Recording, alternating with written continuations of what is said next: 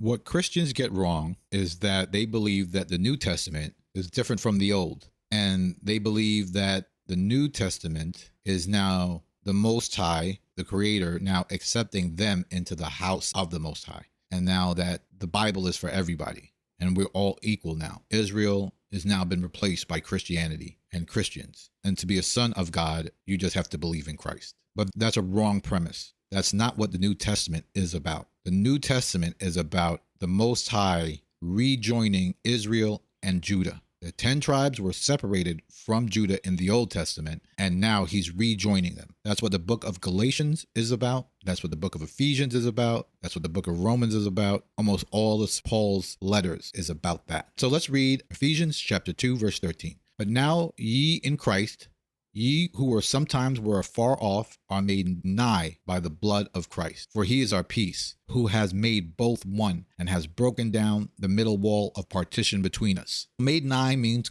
made close. So you were far, but now you're close by the blood of Christ. If you just read the New Testament, you would say Christians or anybody who believes in Christ were far, but now they're made close. But that's not what this is about. It's important to read the history. You have to read the entire book. Pretty sure there are books missing from the 1611 King James Version, but this is all we have, but you should read the entire thing. So we're going to go to 1 Kings, and you're going to understand what the middle wall is. The middle wall was erected in 1 Kings chapter 12. And what happened at this point is Rehoboam, who is the son of Solomon, or the grandson of David, is now become king over Israel. There was a group of people under Solomon who had heavy labor, and they're asking now for the burden or their work to be made lighter. It was too much work. Two sets of people advised Rehoboam, and it was the old men who were some of the children of Israel, but they were older and more experienced. And their advice was, if you make their burden lighter, they will serve you forever.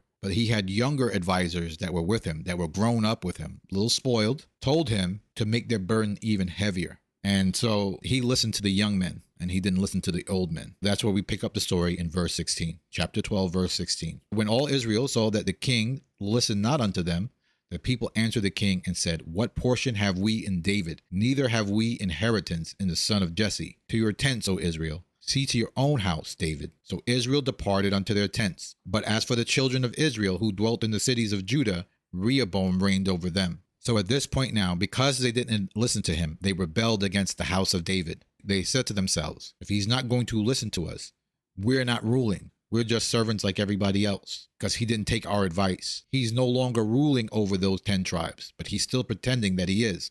So in verse 18, the king Rehoboam sent Adoram, who was over the tribute, and all Israel stoned him with stones that he died. Therefore King Rehoboam made speed to get him up to his chariot to flee to Jerusalem. So Israel rebelled against the house of David until this day. From this point on, you have a king over Jerusalem, and you have a king over the 10 tribes of Israel, because they rebelled against David. So from chapter 12 till Christ came, Israel rebelled against the house of David.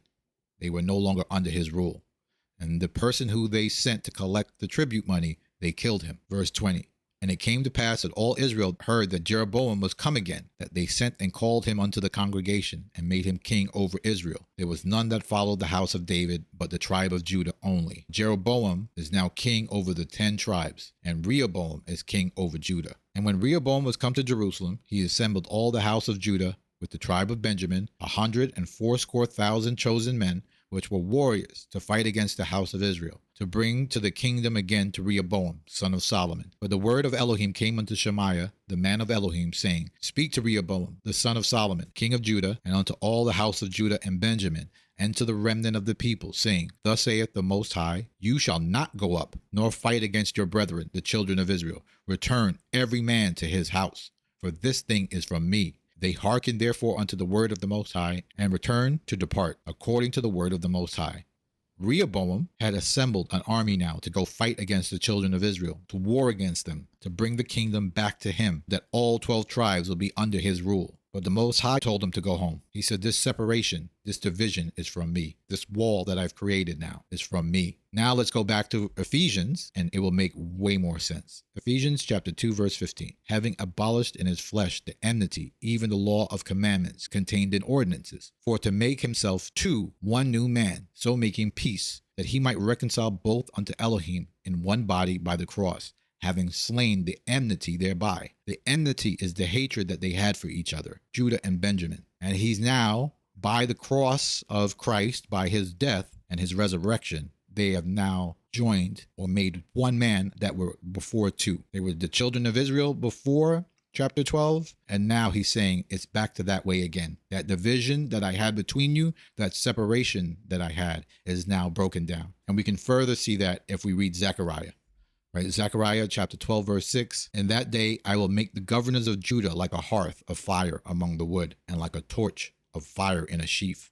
And they shall devour all the people round about, on the right hand and on the left.